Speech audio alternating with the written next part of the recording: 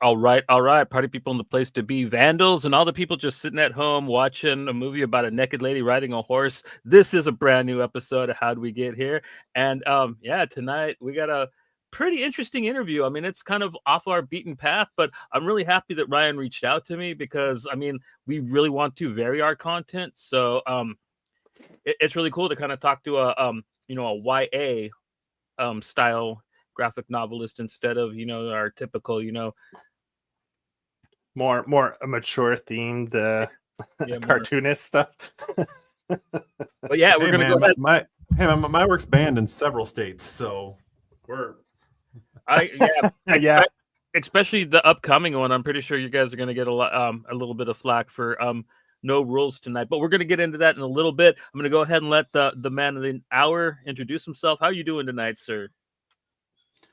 I'm doing great. I've never felt as punk rock as a cartoonist. We rarely have that opportunity until I've seen this like my face flashing up with that music and like all this animation of people being beaten and spray paint and stuff. I'm feeling great.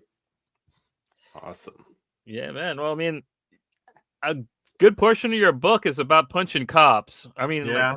yeah, and two of them, at least the ones that we read. Yeah, so good times. I want to go ahead and kind of because you kind of had something that you wanted to say right about what's going on in Korea right now. So I was like, maybe break down the plot of Banned Book Club and No Rules Tonight a little bit and kind of All you right. don't mind? Sure. Yeah.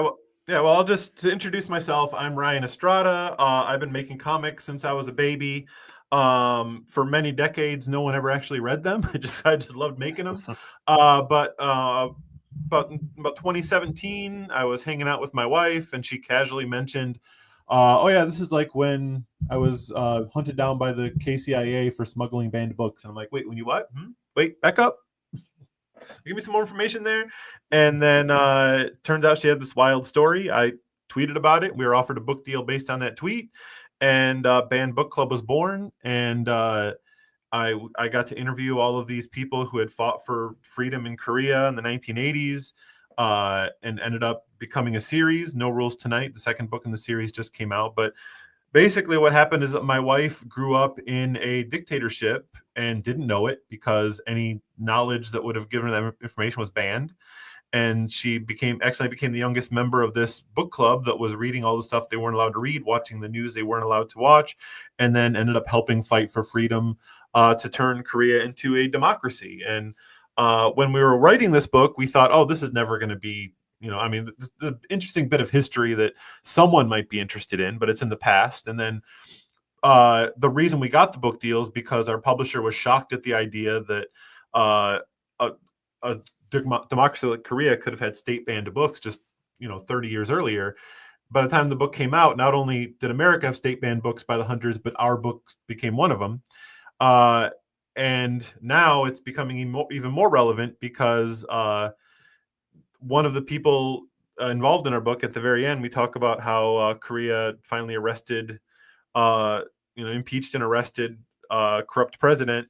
And then that guy rose to power as an ex-president based on that. And now he's decided to start a coup and tried to have all the members of all the political parties assassinated and declared martial law so that he can declare himself president for life.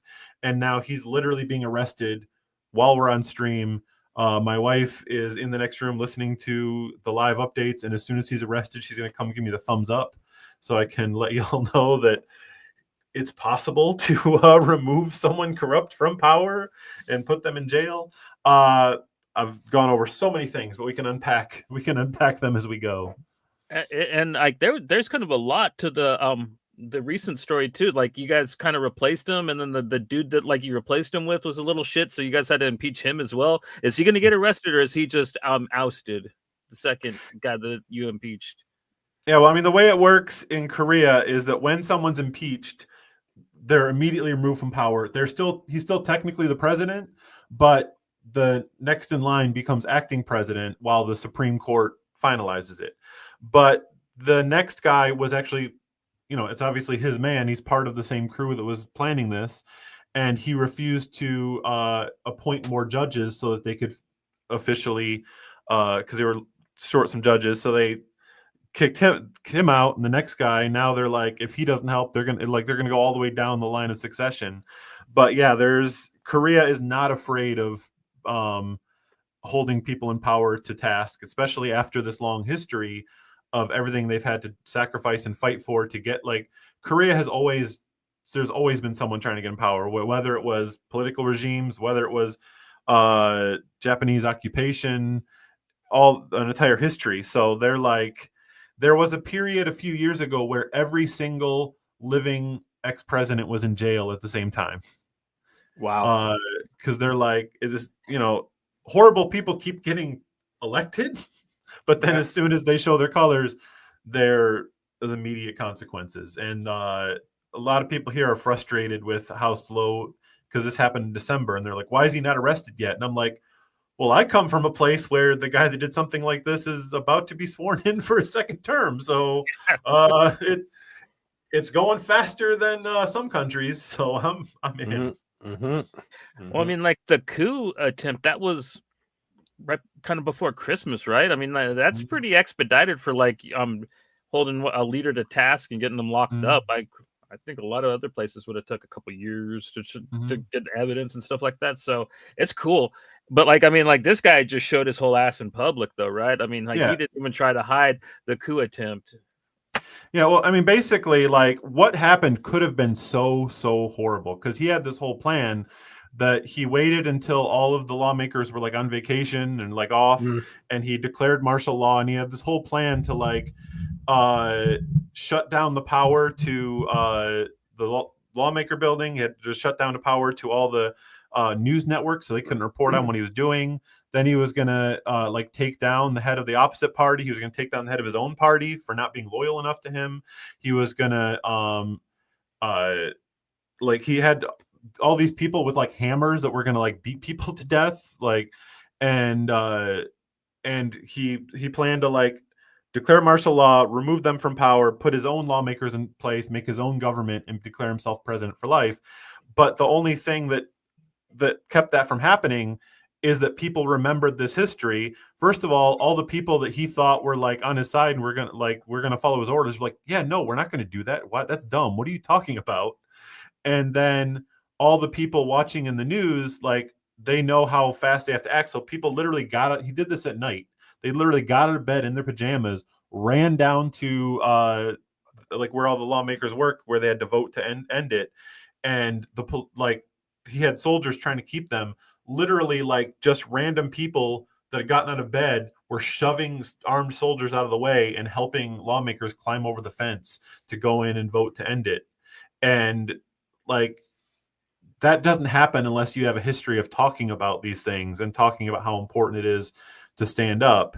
And there have been presidents who've tried to ban books like this about this history. And they got kicked out because people know that we need to know this, because we need to be able to stand up whenever this happens again. Right. It's like, yeah, if you just try to ignore it, it's just gonna make it happen again. You know what I mean? Yeah. So, the 1980s though in Korea, it's a little bit before like any knowledge I had. So like, I really, really appreciated Banned Book Club, man. Like, I really liked the inside of it, and yeah, I'm a big fan of Korean media, but like a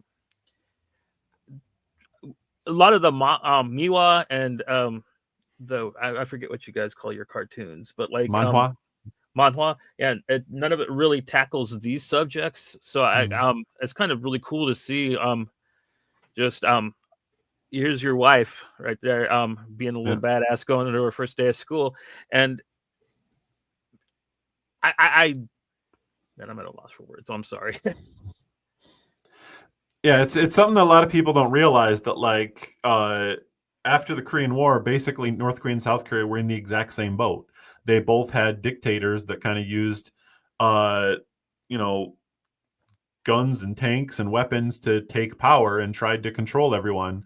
And South Korea is the one where people stood up and didn't let that happen. I mean, it obviously happened for a long time, but the people just kept standing up and kept sacrificing until that changed. And like what I learned writing Banned Book Club, interviewing all these people, is that for things to change that much, someone has to be willing to be a little annoying. And that's like all these people that were protesting, people weren't like, oh my God, you're like the police were obviously like, oh, you're communists, you're trying to destroy the government. But all the other people were just like, yeah, I know, I get it. But like, do we got to hear about it all the time? Like, do you got to like go out there screaming about it? And then the police are just going to come, they're going to bring the tear gas. And like, it was just kind of, people were sick of it. And someone has to be the one like, hey guys, we're still in a dictatorship and can't vote and have no freedom. And then in Korea, it kind of evolved over and over. That at first it was just like teenagers doing it. And then there was a big change. And I think it was 1988 when there was this picture of this one teenager who was protesting, and he was hitting the head with a gas can, and he was killed. And there's a picture of him falling that kind of got spread. And that was the moment that everyone kind of believed like, oh, these kids are actually standing for something. And then it moved to, there was something called the Necktie Brigade, which is this is a comic book podcast. We're getting deep into 1980s politics here, but I mean, this is exactly what your books are all about, right? Yeah. So yeah, but the Necktie Brigade, where it was just like salarymen at work would take their lunch break, they take off their necktie, wrap it around their head like a bandana, and go like provide food and provide support, and then like, oh, it's my lunch break, let's go back. But that was enough for like pictures to go around and people be like, oh, it's not just kids, like adults are doing this too. Maybe we should care about this. And it grew to the point that now, with what's going on now, like literally, you see drone shots of the entire city of Seoul. All the streets are filled with people, like 1 million people in one crowd, and there's satellite protests in every single city. And that's not like in the US, you see pictures of like big crowds for one event, but in Korea, that happens like every day until the problem is solved. Yeah. So what do you think, like, does social media help her? Like you're saying, there's that one picture, and once that gets exposed in the media, like it's shocking and people see it and you get a reaction, right? But now with social media, we're so connected globally that you're seeing all these atrocities everywhere in the world. And it's almost like a barrage of nonstop. Do you think, like you're saying, people are like you were saying back then, people were saying, oh, I'm sick of it. I'm sick of hearing about it. I'm sick of hearing about it. Do you think it can have a negative effect as well as a positive effect of getting people together, and maybe it like just flooding people and overwhelming people with all this stuff as well? Like what's your take on it for with social media and how it helps or maybe does maybe has the opposite effect at some points? Yeah. I mean, like that picture I was talking about, that spread far before social media, when it's literally like people clipping out newspapers and passing it around. But like now, like I feel that like now, I'm very passionate about banned books, and I'm like an activist on that subject, always talking about it. But then like every day I'm seeing all of these other, there's 1,000 other atrocities I feel I should be talking about. But I'm like, I don't have expertise in that. What can I bring to the conversation? Okay, and so, but like, so I'm like, I'm just going to keep talking about the things that I feel I can make a difference in. And I hope other people are focusing on these things. But for a lot, like it can make us feel like, well, what can we do? There's too many things. We can't take on all of them. But I think that's what has to happen is everyone, like, there's a thing that you are passionate about that you're willing to be a little annoying about, which is the thing, I'm talking from the point of view of the bad people. But like if you're willing to step up and talk about it, that's what it's going to take to make change. But social media does make it really hard to feel confident about the future of the world. But or maybe you're being heard and you don't get lost in the shuffle as well, right? Yeah. I mean, it's a little harmful too, because the guy that you guys are waiting to see get locked up, he kind of went and ran with a bunch of crap that's going on over here. Like I remember, like that he adopted the Stop the Steal moniker, and like his followers started wearing red MAGA type hats and stuff, and like that's a bad look, guy, in my opinion. You know what I mean? Like that's not going to get Europe on your side, that's for sure. You know what I mean? Like, and I think when I was a young man in his 20s, that was a long time ago, because I'm in my late 40s now. But one of my friends fathers, like I was getting worked up about something that happened, and he's like, you know what? Instead of getting worked up about things that you can't change, he's like, focus on your community and the things you can make better within your community that's closer to you. So you might not be solving problems on the other side of the world, but you can solve problems that are within your community. So if he's like, if you focus more locally, you'll feel like you're accomplishing more than trying to stop something that you have very little effect on, right? And if everyone focused more on their communities and made their communities stronger, then from there the community can work outwards towards a bigger goal, right? Yeah. Yeah. Okay. I'm excited. I can use comics as a metaphor here. So yeah, when I'm making comics, like if I'm working on like a graphic novel that's taking me like 3-4 years to finish, there are periods where I'm just like, there is no way I'm ever going to finish this book. I'm up all day, every day working. I finished a page and a half. Like I have so much more to do. And then I got to ink it and all this stuff. And I just lose the ability to finish anything. And then I'm like, you know what? I'm going to take the day off and make a 1-page stupid comic about a rabbit or something, like just something that doesn't matter. And I finish it in like an hour and I'm like, oh, I can finish things. This is amazing. And then like I get excited and I go and I finish like 10 pages of my book the next day. And that's kind of what we need to do in the world is like, hey, let's find one small way to make the world a better place. Like one of the things I always talk about is important to do in America right now is anyone can just Google when your local school board meeting or when your local library board meeting is, walk in, and when they say, does anyone have any comments? Just say, hey, I think libraries are cool and the librarians are doing a good job. And thank you for providing books for everyone to read. And that sounds dumb, but at all of those meetings, there's some person that shows up every month to call librarians pedophiles and groomers and say that they're giving porn to children. And that's all that their bosses hear from every day. And that's why these laws are being passed that are like taking books away and like making librarians quit and things. And these horrible things they're doing are changing like generationally because books are being removed that make kids feel like they belong. Books are being removed that make kids feel like they can make a difference in the world. And all it takes is one person to show up per month and just say, yeah, that guy's nuts. Comic like books are cool. Let kids read them. Yeah. Like that's a tiny thing you can do in like 45 seconds. Yeah. And I mean, your book, Banned Book Club, I mean, it's a great story. I really enjoyed it. You co-wrote that with your wife, right? This is kind of spearheaded by her experiences that you thought were an incredible story to tell. And like you said, you interviewed a bunch of her fellow ex-classmates or whatnot. But the art in it as well is fantastic, which you had Ko Hyung Ju who worked on that with you. Tell us a little bit about how you ended up working with her on the book. With him, yeah. It's a him. Sorry. Yeah, no problem. Yeah, I am an artist. I did draw the sequel to the book, but for Banned Book Club, we really felt like this is so much about Korean history. I felt weird being like the white dude drawing it. You know, like I wanted a Korean voice, especially someone who'd had similar experiences to illustrate it. And so I did this big search and looking for someone. And then I found Go Hyung Ju's work, and he had done a bunch of like short comics about like school life, and it really felt like the look that we wanted.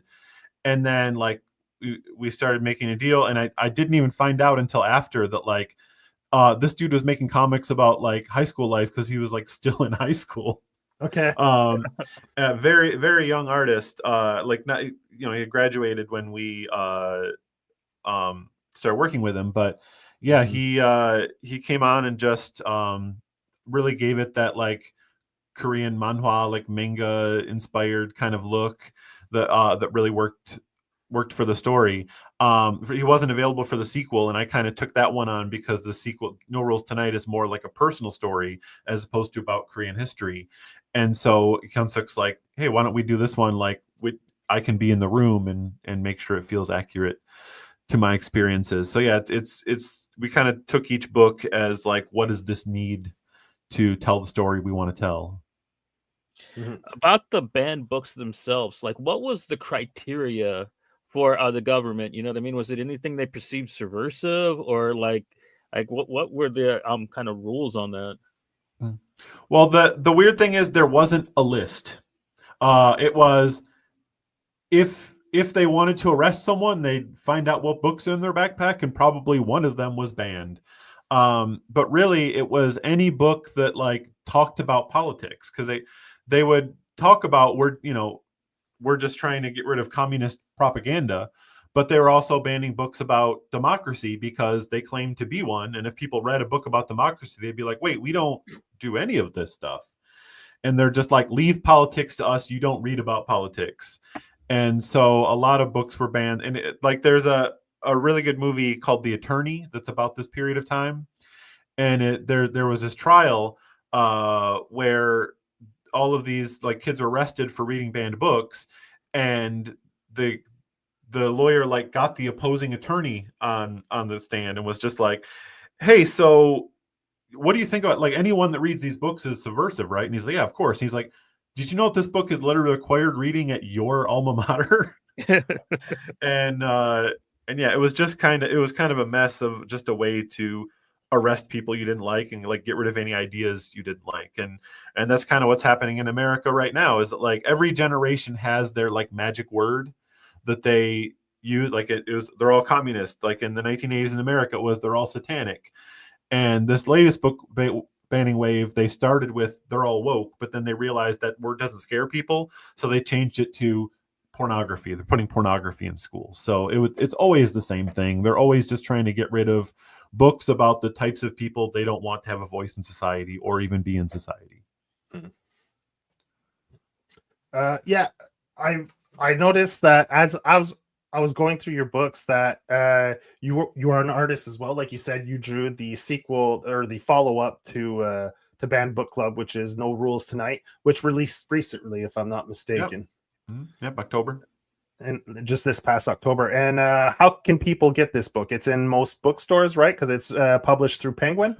Yep, anywhere you get books. If you go to ryanestrada.com, there's info about all the books. There's links to places you can get them. But really, my favorite thing is when people go to their local bookstore and pick it up there, because they're struggling. So, and as we showed in Banned Book Club, a lot of times independent bookstores are part of the revolution. So support them.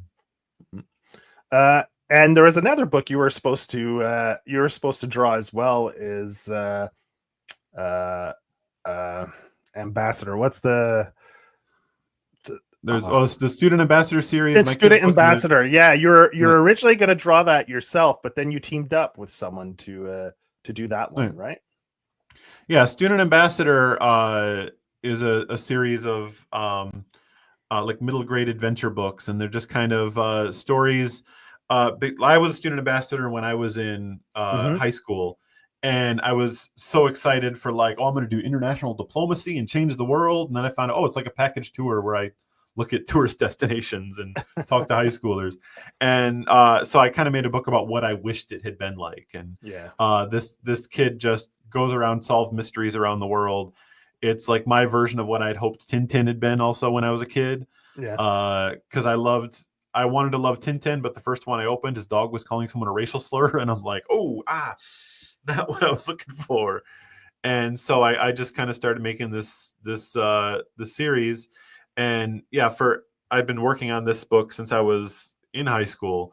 And then finally, I teamed up with this artist, Xer Ennius, because I was busy working on Banned Book Club, and so I had the script for a long time, and I asked him if he'd like to collaborate on it. And yeah, that all came together, and his work is just so amazing. Every panel looks like a Saturday morning cartoon. It's so much better than I ever could have imagined it being. And so yeah, we put out 2 books now. The Missing Dragon and the Silver City, and I'm hoping we get to do more. Yeah, it's a very bright, colorful book. Definitely kid friendly. So if anyone has kids, I mean, they could definitely pick that one up. I mean, Banned Book Club is probably, like Johnny said, more of a YA.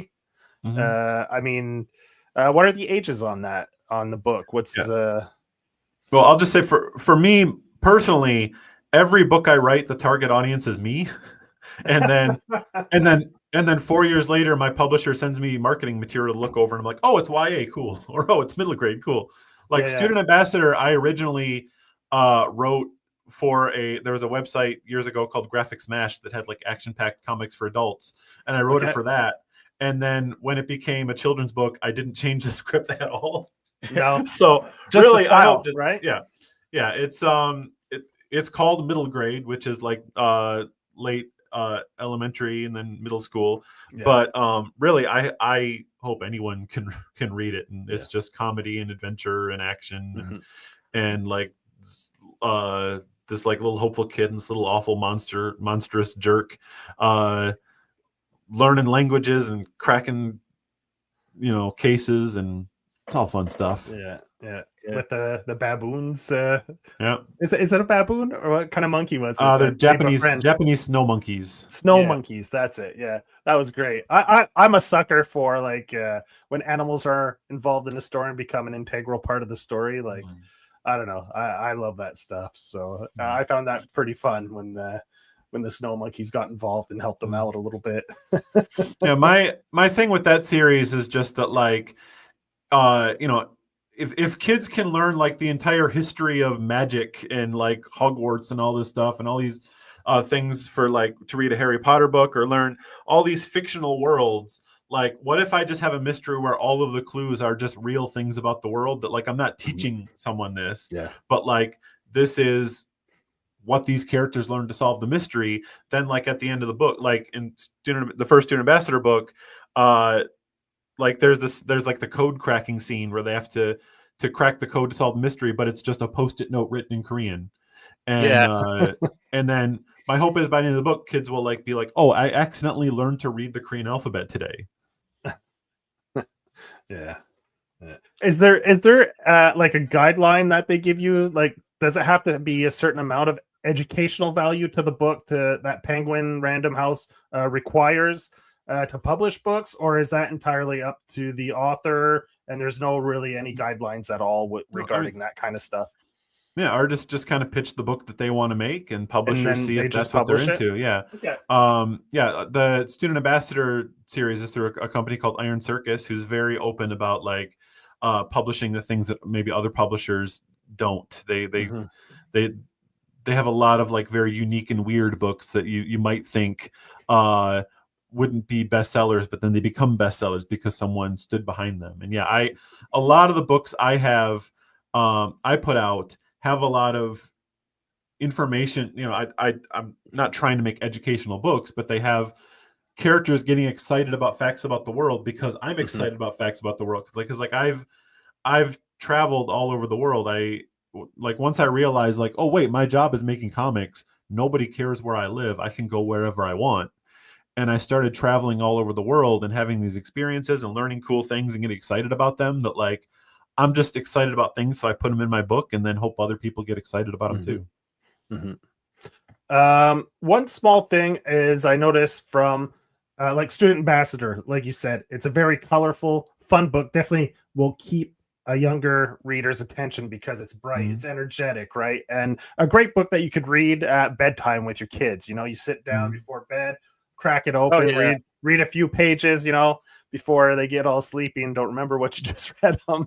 But then you have Banned Book Club, which was the first one was black and white, but the sequel you did in color. Was there a specific reason for that, or is it just happenstance? I mean, the first book, we just felt we really wanted that kind of feel. It wanted to feel like pulpy and like like you're reading an old manga. And we're actually I don't think this has been announced anywhere, but we're actually working on a color edition that'll come out I think next year. Cool. And a year after that, and we're working on that right now. But yeah, we really just like that's the look we were going for. And then when we started working with Penguin with the new book, I originally suggested it in black and white to match, and they're like, we would really love to see this in color. And it really helps the two books, because even though they're the same characters and the same timeline, they're very different books. Whereas Banned Book Club is like these characters fighting for freedom, going through so much stress, and with no rules tonight, I'm like, can I just write something where these characters get one night to just chill out? like have cute dates and like kiss and like, you know, they're still stressed out, as you can see in the background. Him looks pretty stressed out there, but like, sorry, I just wanted to write something more fun and you know, like making it colorful kind of gives it that feel of this is something different, because the story of the second book is so Christmas in Korea is a very different holiday because, you know, it really wasn't a thing in Korea, except in churches. But when there was a curfew under the dictator, if you were out after midnight, you go to jail for generations.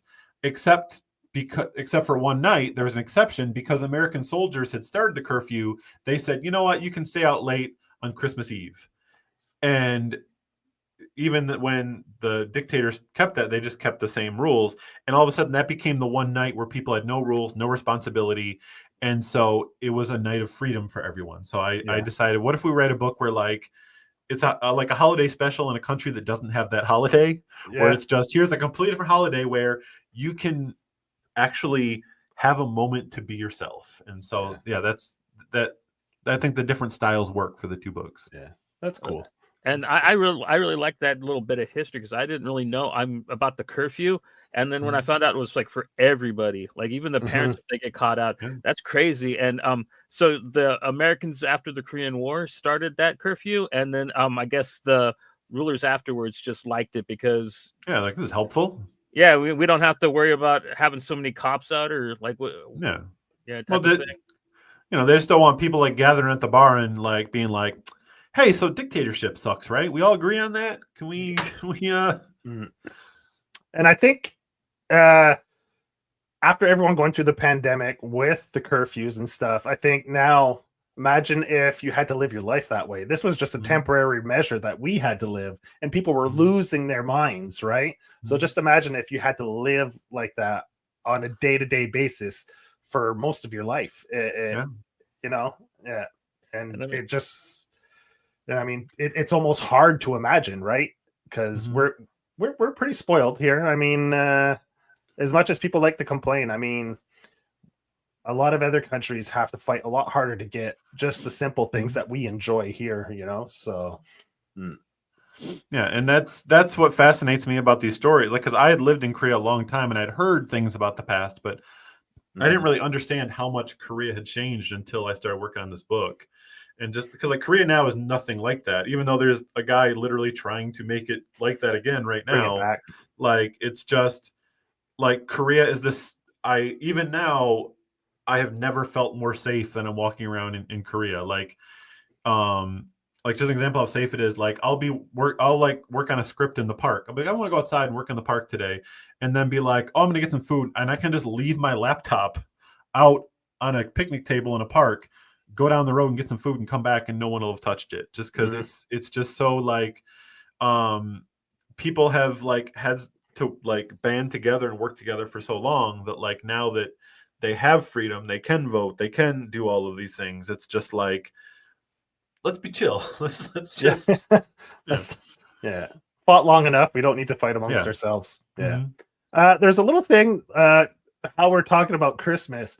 When I started going like Johnny, I wasn't very familiar with you before you reached out to Johnny, and Johnny sent me some of your books to read for the show and stuff. And so then I started going through your profile to get an idea of the type of person you are and stuff. And I came upon a few funny things that I'd like you to elaborate on. And one is the Christmas picture in Korea. What I read the blurb real quick, and maybe you could explain it better than me trying to re-explain the small 200 character description you put with it. You know, basic Korea is like it. When you get your photo taken, they will not give it back unless they have photoshopped it first. Even if I'm like, when I'm going to get a passport picture and he starts photoshopping, I'm like, sir, that's a felony. Please don't Photoshop my passport picture. That's a government document. And he's like, no, I have to photo. You look bad. Like, and so yeah, there was this time where our local government was like, we're going to give free family portraits to all of the international families for Christmas, since I'm my wife's Korean, I'm American, and they brought us in for this photo shoot, and they just photoshopped us to the point that we looked like the humans in a Shrek movie.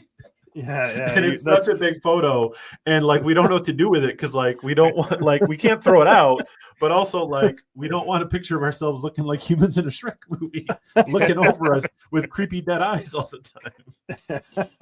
I thought that was so interesting when you said they sent to all the foreign families that had settled in Korea. They sent them as a gift. Like, what was the idea behind that? Like, just to thank foreigners for coming in and helping make the country prosper, or I think just trying to make people feel welcome and kind of just like my wife, her job is she volunteers at like children's centers for like underprivileged kids, and there's a lot of like people have come from overseas, and like they can face discrimination, and it's just kind of showing, like trying to show people like we have your back. Empathetic. And that brings me to the next picture, is something a little more tender and sweet. Is I saw that you often like to go volunteer at the orphanages during the holidays. It's really cute. I got to go and like do portraits to the kids. There's another year where what I did is like we both had art, and then we would each draw and then change, and the other person would color it, or I'd do drawings and suggestions. And it's always fun to just like, there's orphanages, there's also like places like women's shelters where like families that are fleeing an abusive partner, and yeah, just like letting those kids have fun for a moment is always a nice little thing to do on the holiday. Yeah, that's cool. One other thing I wanted to touch on, when you're listing your books, Occulted is a book that came up in your bios, and I didn't get the opportunity to read that one, so maybe you could right behind you. You could give us a little take on what that's all about. So yeah, when I was working on Band Book Club, I hosted this event where it was a storytelling show called NDA, and the joke of it was that everyone entering the building had to sign a non-disclosure agreement so that people could tell like their real stories, like that they like don't want the cops to know about, or like no one ever told anyone. And it was really just a joke. It was like a shtick to like make it seem cool. I was telling stories I told thousands of times on podcasts, but I'm pretending like don't tell the cops about this, guys. But one of my friends, Amy Rose, went up on stage and told the story that she had literally never told anyone before. And it was about how she grew up in a UFO death cult, how she was not allowed to go to school because the world was ending. And she snuck out and snuck into an abandoned library to read books about the world. And that's how she was able to escape. And this story, like, it was a storytelling show at a bar. So like the whole night, they're talking in the back, they're going to get their drinks, they're smoking on the patio. When she finished her story, the entire bar was silent and crying. And then I'm like, first of all, does everyone I know secretly have a story about how banned books changed their life? And secondly, like, I want to make a book about this, but I signed an NDA as a joke.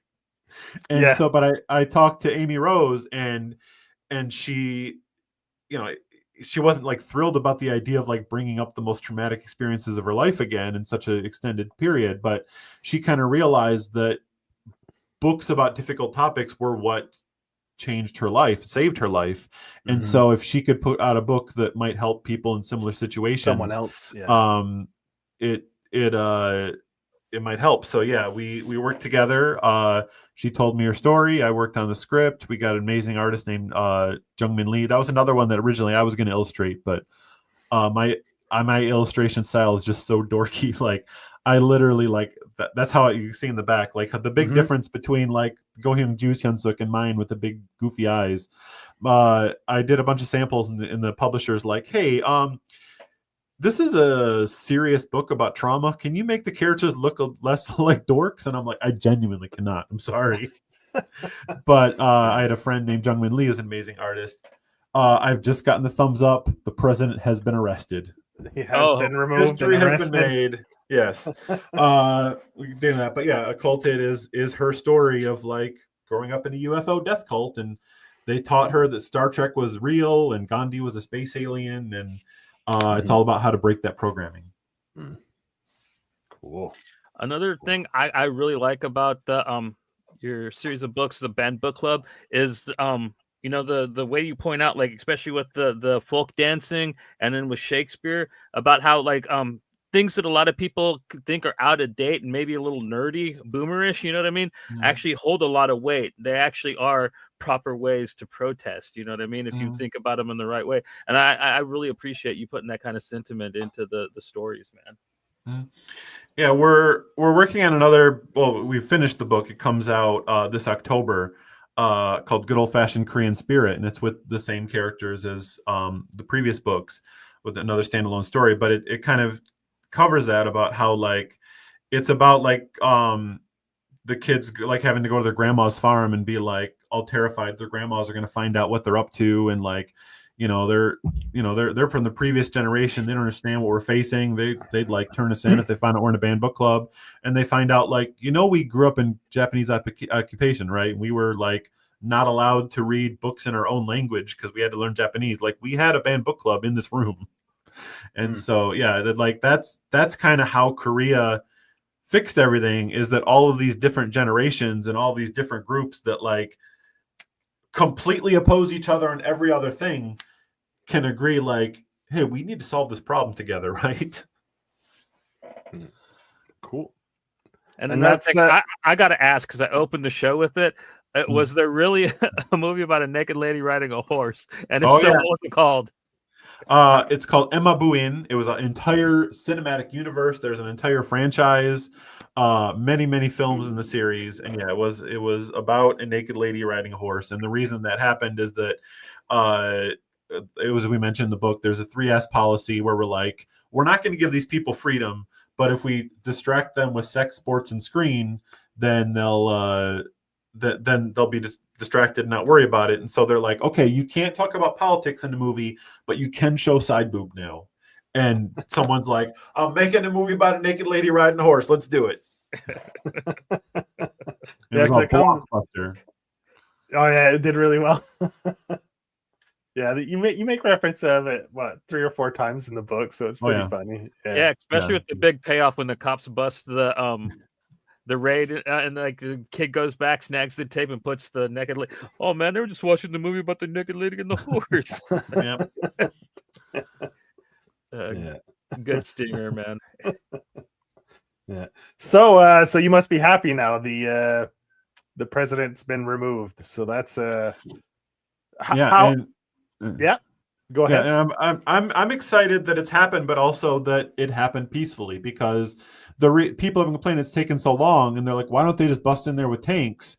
Because his soldiers have guns, the police in Korea do not, and so they're like, you need to match it. But like, the thing is, this guy was trying to create civil war, and the rest of the government and the rest of the people are just like, no, we're going to treat this like any other criminal that we would do, and we're going to solve this with friggin' paperwork and procedure, and we're going to show that we are not like that, and our country doesn't need to go back to being that.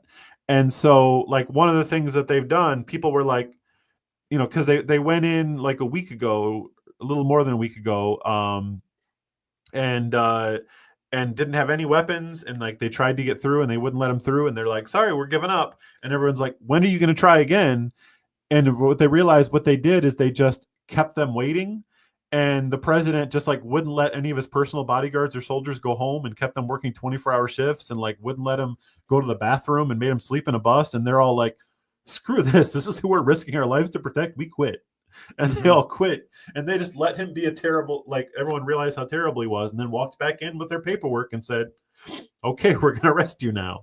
And I'm so glad that it happened that way, because again, this is in the middle of Seoul. Like, this could have gotten really, really bad, but this happened peacefully. This happened the right way, and Korea did not turn back into what it once was. And I'm very excited.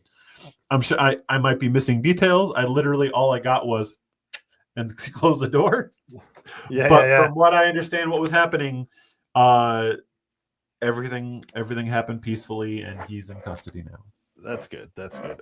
This it makes me think of another thing when I was going through is you went to a protest recently. I'm not sure if it was in regards to this Mhm.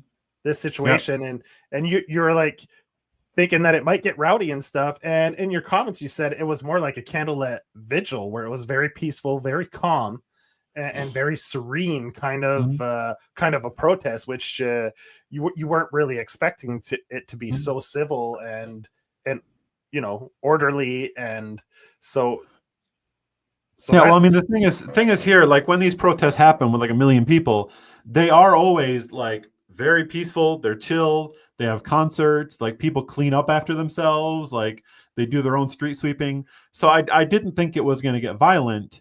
I was just like, most of the protest now is like they have like little like stinker vibes. Like everyone's like has their funny signs and like Mhm. there's people in like dressed up as Yoon Suk Yeol with like you know Hamburglar stripes and like giant handcuffs. And I Okay. thought it was going to be like that. And so I'd been reading. I hadn't gone to any of the protests because technically it's still illegal for foreigners to protest. It's like one of those Okay. wacky laws. It's like Okay. not that anyone's ever been arrested for it, but it's one of those like, did you know in this state it's illegal to put shoes on a cow or something like that? Like it's one of those Yeah. laws that I'm like, I wouldn't get in trouble, but I don't want to risk being deported. Don't So want I to Okay. know I find Yeah. out. would. Yeah. But Yeah. now it's like everyone's so much on board with this that I'm gonna go. Yeah. And Okay. so I made our fun signs. And then the first one I went to, it just happened to be after a plane crash. And so the vibes weren't there for me to be waving my sign up with cartoon characters. Yeah. Um, but we did go to one the next weekend that was more about the president instead of the plane crash. And yeah, Mhm. we got to have fun and wave our sign. And um, the latest thing here is that everybody has there's all the different factions like 'cause like I said, all these people come together from different groups, and Mhm. there's people waving their signs from different political parties, different neighborhood associations, different nonprofit organizations, and then people that show up will just make their own flags for their fake organizations. And Okay. there'll be like there's like the association of triangle kimbap lovers. There's one that's like the association of people who want to kick Elon Musk in the nuts for some reason. There's another one of the coalition of people who still call it Twitter, and Oh, I'd probably be part of that one. one of my favorites that was in front of us at the parade that we did was history teachers in favor of bringing back the guillotine, Wow. and we I just made for Hyunsuk a banner with it's actually right here. And sometimes the French Revolution sounds good, though. You know. Yeah. Yeah. We just Well. had the panel from Band Book Club, and it just Yeah. says Band Book Club members who thought we were done with all of this, and so Yeah. we were waving Yeah. these signs. Cool stuff.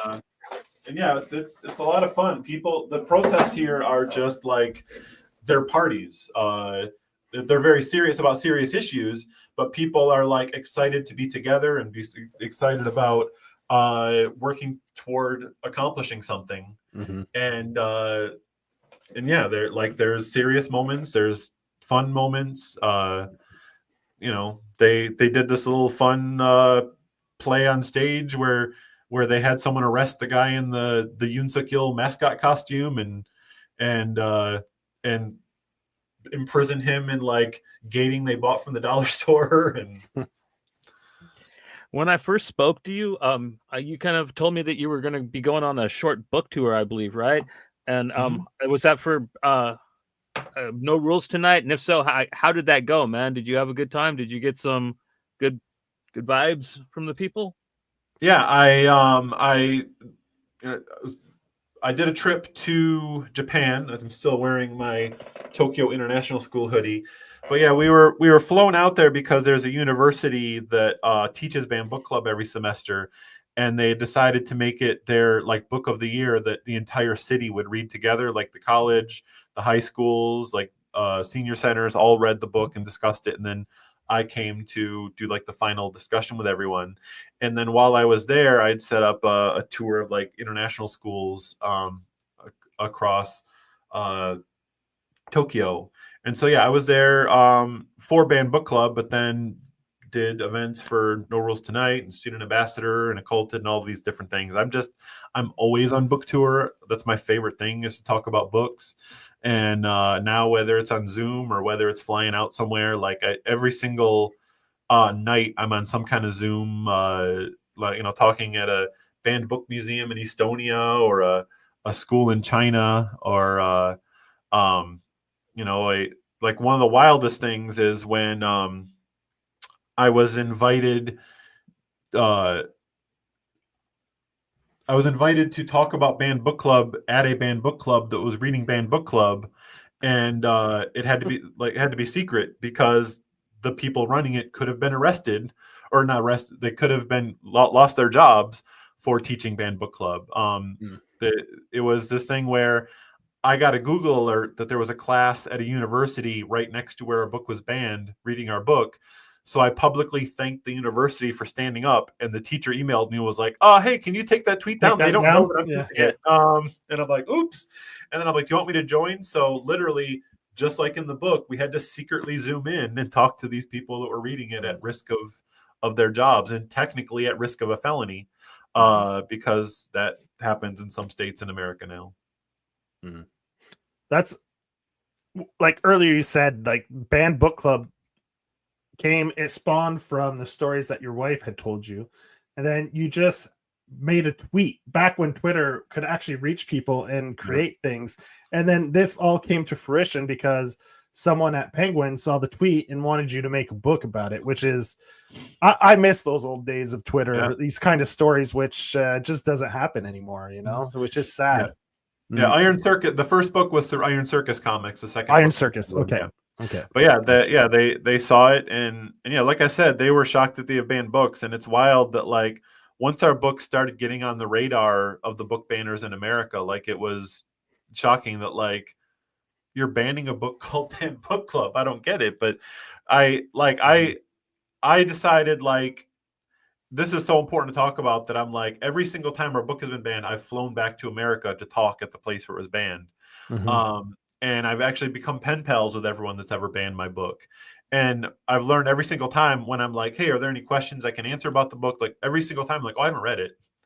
And I've learned that, like, they never read the books they're banning. And in many cases, they don't even read the whole title, because they're banning the wrong books because they have, like, the first 3 words are the same title. I was in Kentucky where they were complaining about how Let's Talk About It, the Teen's Guide to Sex and Sexuality, was in the children's section. And I'm like, I don't think that's true. The library's right there. Should we go in and ask? And I found out they confused it with Let's Talk About It, the Sesame Street Guide to Bullying. Quite a difference, eh? Yeah. The first 3 words were the same, though. Yeah. And I'm like, maybe if you just read beyond the first 3 words in the title. But that's the type of society we're in now. People just read the headlines, and even then, don't even read the whole headline, right? So, we live in a clickbait culture, right? So, In No Rules Tonight, you introduce a bunch of new characters. 2 of probably my favorite are the ROTC kids. I got a question about that, though. Was the mandatory conscription longer back in the 80s? And for the ROTC kids, they made it sound like they were going to kind of be lifers in the Army. Is that kind of a deal that they make when they're in that type of a training, that they would get more mandatory service than other people? Yeah, so the mandatory military service is not that long.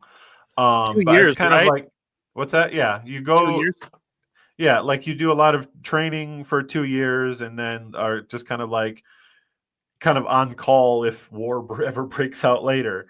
But yeah, I think, like, that was just based on stories that we'd heard about, like, kids that the idea with those 2 characters is that they come from military families that are pushing them to make it a career, because everyone has to do it, but the kind of idea was, if you treat it seriously, you go to ROTC, you build up a reputation before that, then you can, like, when you do your service, you can be higher up, and you can make a career out of it. And I wanted to show a story about these kids who, like, in No Rules Tonight, the idea is everyone has been told all of their life what they're going to be, and this is their one night where they can think about, is that what I actually want? So giving those kids who, like, have never thought that their whole life, all they've been told is being in the military is the best thing you can do. It's the most honorable thing you can do. And it's like, that's being manly. That's being a good person. And then being like, wait, aren't those the guys that like kidnapped and beat and tortured our friends? Like, what does that mean? And is that what we want out of our lives? And so, yeah, it was an interesting thing to look at because like, in my wife's real dance troupe, there were these kids that were in ROTC and like these army boys that are like, hey, let's explore this weird art form where we dress as women and dance and sing and like explore other ways of being. And so that was a really interesting thing for me to look at, and just how art can change how we think about the world. Very cool. But yeah, I love Jin and G. They were so fun to write because they're such dorks. I just wanted to make them so dorky in every panel. Yeah. Oh, when they tried to do the scary story was really good, and then the whole bit with the vampire deer, like are those real? By the way, those are real. I've seen them. They're so Korean deer, instead of having antlers, they just grow long tusks, so they look like Scrat from Ice Age, and they're called Chinese water deer, which I forget who it was. Some stand-up comedian in Busan told this joke about like, who's the guy that saw that deer? Is like, what am I going to call it? Well, it was near water. Like, but everyone just called them vampire deer, and yeah, they are so adorable. They're tiny little guys. Maybe water deer because they have the tusks, kind of like a walrus, or I guess I don't know. Or porpoise. Yeah, I don't know. Just call them vampire deer. Vampire deer, yeah. And is there a reason why they have the teeth like that? Often it's like because they're herbivores, I'm assuming. Yeah, they just evolved weird. I don't know. Yeah, that's it. Yeah, maybe for just so they can defend themselves a little better. I don't know. Yeah, that's. I didn't even think that was a real thing. So that's funny that it is a real thing. It's a real thing.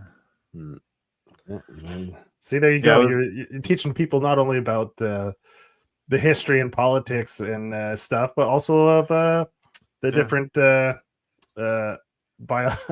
biology and the geology of the.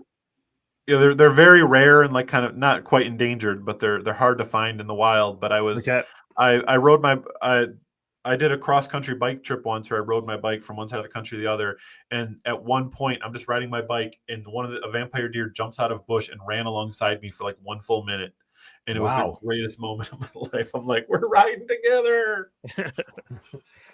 That turned out pretty good because it could have turned out like a viral video where it ran and just jumped like in front of you and took you out on your bike.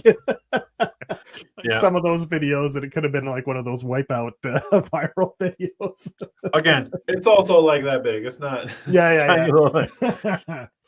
Yeah. That's cool. So you talked about a possibility of a colorized version of Band Book Club. Is that going to get released by Iron Circus again, or is okay? Yeah, we're putting out with Iron Circus, and then there's also going to be a brand new bonus chapter that kind of catches everyone up with what's happened with that book being banned. Again, this is all stuff I haven't announced that I'm probably not supposed to, but the whole story I told about the secret band book club, reading band book club, it takes place during that event. And then we're going to lead it into talking about all the stuff that's going on right now. So, we're going to kind of give some more context and make it extra colorful for you. That's cool. So like you're going to add another time jump like up to 2024? Yeah, just kind of a bonus. And I'm drawing it. So it'll just be kind of a whole separate little story that people can learn about what's been happening. So how long has Korea been in a democracy? Since what, the late 80s or the early 90s? Yeah, there's kind of a gray area on when it was democracy, because like once they finally got an election, like the dictator's party won.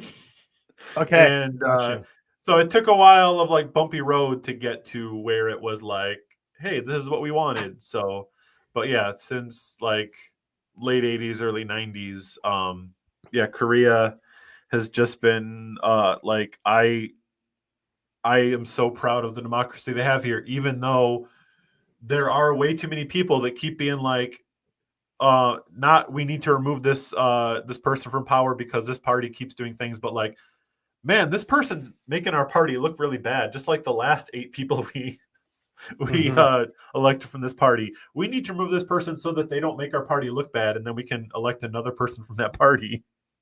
So how long Yeah. have you lived in Korea? I first came here in 2002. I came and went for a long time. For a while, I was living in a new country every year, but I've been here on and off since 2002, and been living here pretty consistently for like the last 13 years, I think, since we got married. Yeah. Okay. Cool.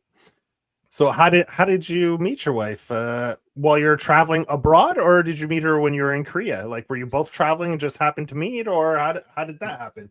No, Because yeah. yeah, because you're also partners in life, but you're also partners in your professional lives as well. Like now you've been working on several books together, and yeah, how did that all come about?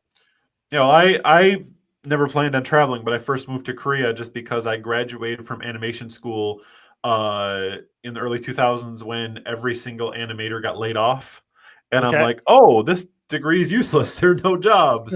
And so I was complaining about it online at like 2 a.m. to a friend in an AOL Instant Messenger. It was that long ago. Yeah. And she's like, yeah, did you know about this thing in Korea where they're so desperate for teachers right now? They'll buy you a plane ticket and have an apartment waiting for you to teach English to kids who already speak it. And I'm like, no, but I'm going to do it. And by 3 a.m. I had a job. And then by 4 a.m. I was Googling, where is Korea? And then, yeah, I don't even think there was Google. I was somehow looking up where Korea was. I think I looked at a physical atlas. This is a long time ago. But yeah, and then I met Hyunsuk there where I was teaching. We're kind of part of an artist group. She's not an artist, but she's kind of peer pressured by her friends into kind of helping out with all this stuff. And then over many, many years, we got to know each other. And after we got married, she then got peer pressured into becoming a writer, which is something she never planned to do. Never planned to tell anyone her story. She's so shy, like if she takes a picture of a flower in the park, I'll be like, oh, you gonna post it on Facebook? She's like, no, if I post on Facebook, who will see it? And I'm like, it's a picture of a flower. You know, there's a YA book out there about you that teaches all your about your love life in college.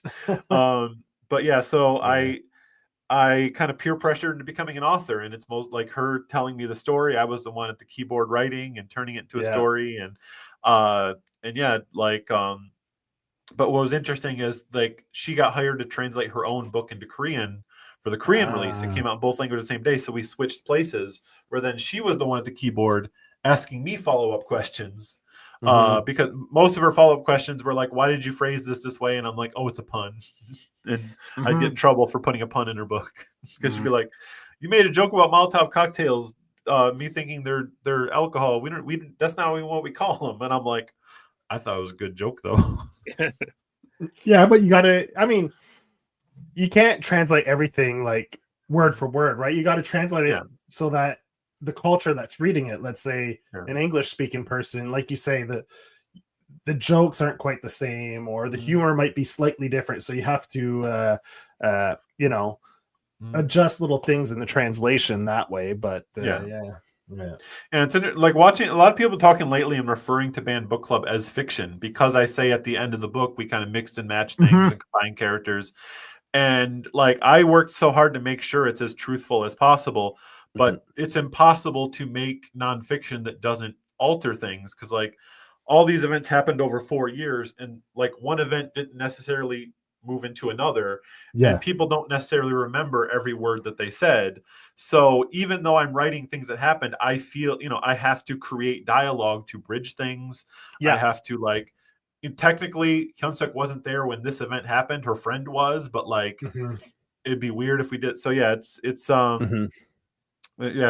interesting that there's only one moment in the book that is a lie, and that's the moment. There's a moment in the book where Hyunsuk's mom finds out what she's been doing and is about to yell at her, but then like realize how important it is, and they hug. In reality, she found out about it when the Banned Book Club came out, And the only reason that's in there is because I didn't want to make a book where my mother-in-law was the villain. Thought it'd make Yeah. things awkward. Yeah, I could see that. But also, Banned Book Club also touches on banned books, but it also touches a little bit on a lot of like social problems, like where the teacher abuses their position to try to take advantage of students. So you do touch on a lot of other things aside from just the political uh, uh, viewpoints of it as well. You touch on just social problems and inequities as well within it. So it's a really great read, and I highly recommend people pick it up and check it out because I think there's something in there for everyone. And the way you tell the story too is great. It's a fun story aside from the main plot points, but you actually develop a character that you're interested in. You want to follow their story, right? It's not just kind of like a historical textbook that you just read through. No, you're actually telling a story. These people are living their lives, and you feel like you become a little part of their lives. You get to experience it a little bit, and you did a great job from that point of view. Yeah, making it both cute and intense, man. That's hard. You know what I mean? Like, yeah, I was so thankful for all the people that like there's no one that we approached that's like, I don't want to talk about that time in my life. If anything, they were like, I'll tell you, but who's going to want to read that boring crap? Like they were all convinced that they hadn't done anything interesting. But like, yeah, they told me so many personal like stories that I felt like I owed it to them to make sure I did those stories justice. Even things, things like the teacher and things like that. But yeah, it's for me, I wanted to make sure I was not writing a history book. The history and the politics are what's interrupting the story. Yeah, exactly. That's not these. It's a book about Hyunsuk wants to go to school. She wants to get good grades. She wants to make friends. She wants to meet a cute boy. But these things are interrupting her life. And there was a moment in the editing where the publisher was like, we don't know a lot about Korean history, so it's a little confusing. Can you add more history? Can you like maybe in between chapters you can put like a newspaper article? And I'm like, can we go the opposite direction? Put less specifics, and so that it can feel timeless and it can inspire people that want to learn more. But really, the thing just is these people want to be free to live their lives, and there's something stopping them from doing it. And so, yeah, I really wanted it because people that grow like there's all these books about like these dystopias, but people living in a dystopia don't know they're living in a dystopia. They're living their lives. They're thinking about what they're doing after dinner. They're thinking about like these personal things. And so I really wanted to make that the focus of the book.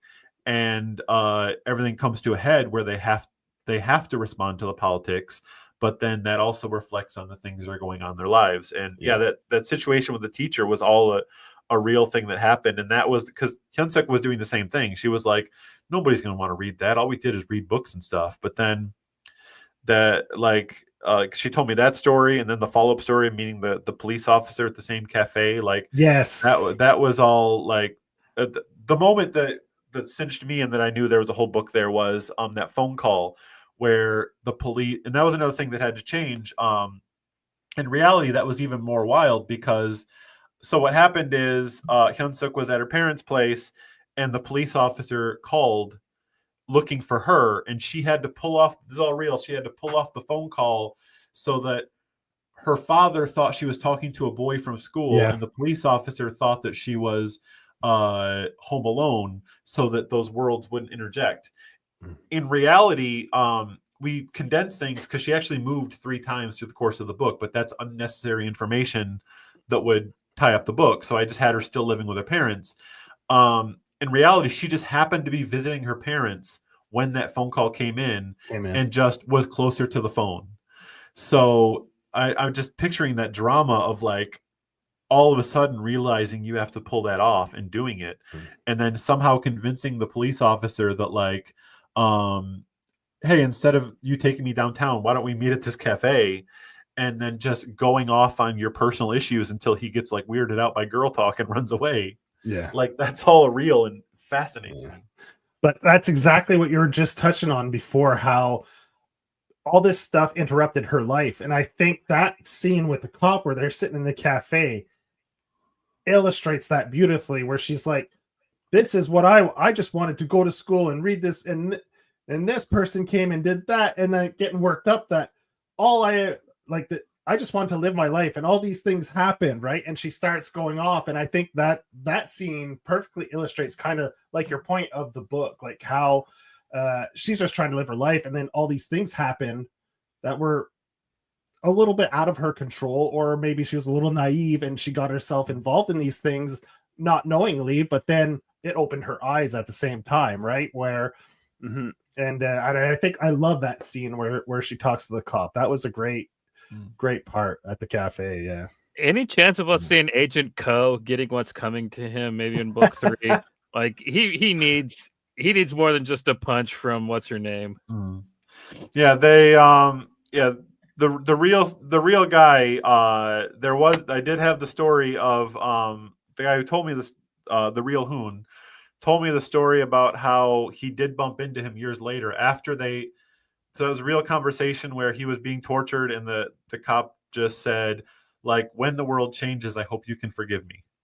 And then like 20 years later, this guy was walking down the street, looked up and realized that walking the other way was the cop that had tortured him. And they both just kind of froze. He could tell they both recognized one another and just made eye contact and then looked down and kept walking.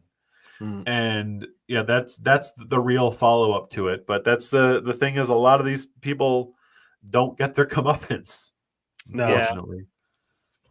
But I mean, like you were saying, like the second book, it's a lot more fun, except for when you jump to Hoon's storyline. They straight waterboard him. Like there's a kind of a odd tonal shift, because this one it's No Rules Tonight. It's even cuter, and like you said, it's just them camping out and going through teen stuff more.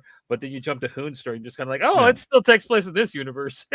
Yeah, that's what, like, that the real guy that told me those stories, like, that's what fascinated me about him, is that he would just so casually tell me these stories about the most horrific abuse and be like, yeah, it's no big deal, I did all the time, whatever. Like, he's just like, he was so used to it that he just like, dude, that's Thursday, come on. Like, it's wild. So they could only hold him for 2 days pretty much, and then they kind of had to let him go if they couldn't prove nothing. Yeah, basic. I mean, not that stopped them in that period, but he was lucky that they actually did follow through it all those times. But yeah, there were people that were just kind of taken away to places off the books for a long, long time. But yeah, her friends did go through a lot of that, and a lot of them like knew it was going to happen, and like, that's still not going to stop me. And I'm like, these guys are so cool. I mean, it's punk rock, like you said earlier. I never thought of your work as punk rock, but like they're very punk rock comics, and your wife's a punk rocker, man. I gotta tell you, like she is punk rock, real deal. Yeah. So with this book came out in October. So like Johnny said, you just finished going off to Japan to do a little book signing and stuff like that. So do you have anything else coming up on your schedule where you're going to be traveling around, or book signings or anything like that? Yeah, I'm trying to organize right now. My trip, Hyunsuk and I are going to be in the U.S. for, I think, at least 3 months. 3 months this year. Hopefully starting in the summer until November. And we're kind of working out where we're going to go and what events we can go to. But we're going to stop as many places we can and talk about books. And I especially want to try and visit all the places where a book was banned again. It was most recently banned in Texas, and I haven't been there yet. So I'm going to have to go and do some speaking there. But yeah, I've made it a point to talk about these things as much as I can, because like I said, someone has to be a little annoying and talk about it when people are sick of hearing about it. And so I've been going to as many library board meetings, school board meetings, city council meetings as I can, and just talking about how, like, things don't change unless we change them. Do they give you any kind of context after they ban it? Because it's really weird that Texas would. I mean, maybe in No Rules Tonight, because that one's kind of got more like the stuff that they're always scared of. But banned book club, like, I think it's just the name. I think that they think that you're talking bad about the books that they've banned, instead of knowing that this is like actually happened in other countries several times before. It's kind of the feeling I'm getting from that. You know what I mean? Because anybody that looked at this book, I mean, it's subversive, but it doesn't have anything to do with Texas or gout or anything like that. You know what I mean? Yeah. Well, the first time it was banned in Florida, I got a copy of the form that was turned in, and it said that it would turn Florida children into violent Antifa anarchists. Okay. Again, guy had not read the book, and he also said that it included the titles of other banned books. So that might encourage people to read books that were banned by a dictator in 1980s Korea. And the funniest one was another area in Florida where it was the person that banned it was one of the founders of Moms for Liberty, which is one of the biggest organizations for banning books in America. And I just popped up I saw her on Facebook Messenger and was like, "Hey, I'm the author of that book. Do you have any questions about it?" And again, I haven't read it, but I heard that it's anti-police. And I worried it might offend our school resource officers. So I responded, our book is about real political operatives that worked for a dictator in 1980s Korea and murdered children on their behalf. So if I were your school resource officer, I might be offended that you couldn't tell the difference. And she immediately went, I didn't know that it was... I didn't know that it was a true story. So I tell you what, I'll withdraw my complaint and instead recommend they make it required reading. And I'm like, you still haven't read it, ma'am. Yeah, that's it. Go from one extreme to the other. For a book that you just only know the name of. What are you doing? Yeah. Although I've been telling that story for a long time, but I did find out, like on Monday, that even though she withdrew her request, it was still banned. So yeah. Oh, but I mean, like the book makes a good point, man. You might as well ban a bunch of Shakespearean stuff. You know, at least all the Henry and all the books about the kings and stuff. Because I mean, it's doing the same thing that you're doing. Because I mean, like, yeah, you can draw certain parallels to things that might be happening in the near future in America to what's happening in this book. But I mean, like, it's not spelled out. It's really creepy to me, and I honestly think that they just saw the name of the book and they're just like, oh, they're trying to make it woke. Yeah. Another thing that I heard that was hilarious, I forget which state it was, one of the states it was challenged, where someone went on the news and said, not about a list that my book was on, if books like this are allowed in our libraries, it'll lower our property values. Racism, man. God damn. Like, it's a book about Korean disputations, you know what I mean? Like, it has lower our values. Yeah. There was the Korea Times, this big newspaper in Korea, did an article about our book being banned in America. And the reporter asked if I could give him the email address of the guy that had banned it so he could get a quote. And I was a little nervous because I'm like, this guy's these people, they pretend to be concerned parents, but they're funded by political organizations that profit off of private schools. And so it's a whole thing. But like, I'm like, his whole job is to be charming enough to convince people. I hope I'm not giving him a platform by passing all this information. And I didn't have to worry because the quote he gave was, it's not my fault that Korea is such a violent country. I need to protect my children from it. I just hope they grow up to be better than that. And I'm like, you said this to a newspaper in Korea. What are you doing, man? Yeah. I don't think he knows too much about Korea, though. I mean, no. I think the only thing he knows about Korea is the one page of my book that he read that's on a right-wing book review website. That's literally all he knows about Korea. But it's just weird how people can make these uninformed decisions, like completely uninformed decisions and opinions on something that they have no clue what they're talking about. Like you said, like straight up, you asked them, did you actually read the book? No. Then how can you come to this conclusion of what the book is or about or the message it delivers if you haven't even read it? I mean, this is what's so dumbfounding to me about society today is how people get these opinions based on completely fabricated, like out of nothing. Like they just made it up in their head and that's what it is, you know? Well, here's the thing. It's not their opinion. Like they go on the news and they say, I'm a concerned parent. But again, if you look at these organizations, and I've gone through the documents.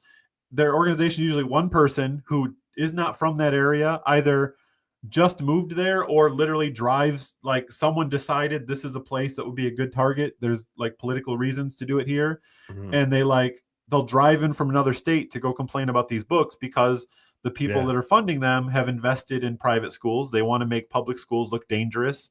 They want to create financial burden for them so that people will move out of them.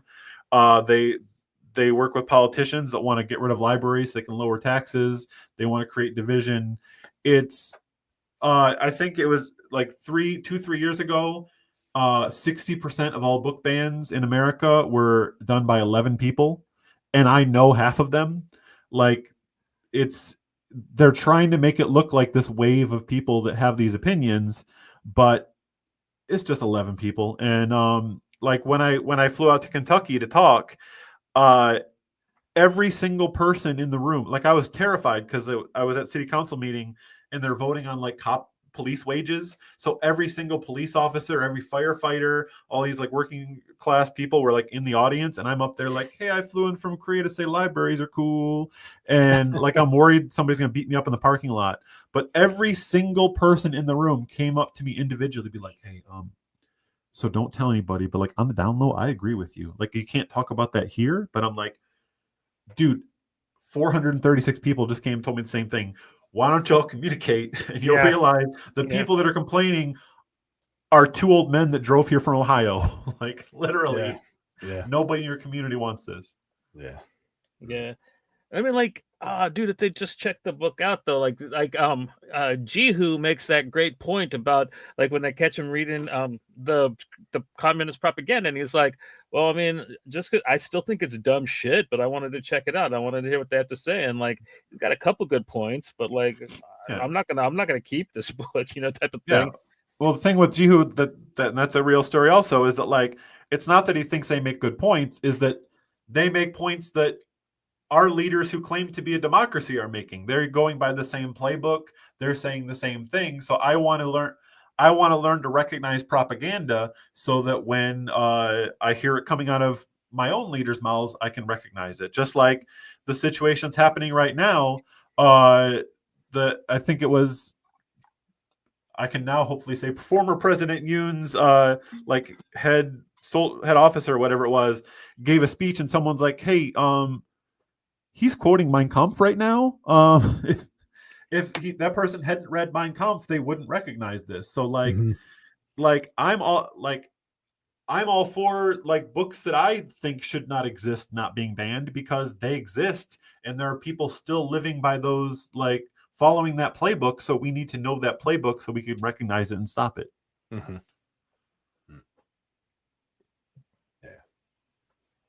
Good stuff, man. Honestly. Yeah, so wonderful reads. I mean, looking forward to the next chapter. The third book, that's going to be a continuation, you said, of the different characters that you've established in these banned book clubs, which will be released, I think you said, in October this fall. Yeah, October. Yeah, it's another standalone book with the same characters. Yeah. Good old-fashioned Korean spirit. And you're going to have another artist on that, or are you going to be drawing it? No, that's me. That's me. You're going to be drawing it as well. So people can look for the third chapter in this series of books, which is a really fun read. And man, I'm glad you reached out to Johnny, because I don't know if this would have been on my radar otherwise. And I'm really happy I read it, and it was a great read. And I think I think it's a read that everyone should, especially nowadays with the climate, especially in the U.S. with the way things are going and falsified information and all that stuff. I think it's a good read that can probably shed a little light on people on the dangers of not speaking out and demanding truth, and so the whole thing about like this took place in the past and in a different country, that doesn't mean anything. Like, read Victor Hugo's The Man That Laughs, and that you will see them arguing about the same exact problems with the same exact type of attitudes that politicians nowadays have. And that book came out in the 1700s. You know what I mean? Like, it's old.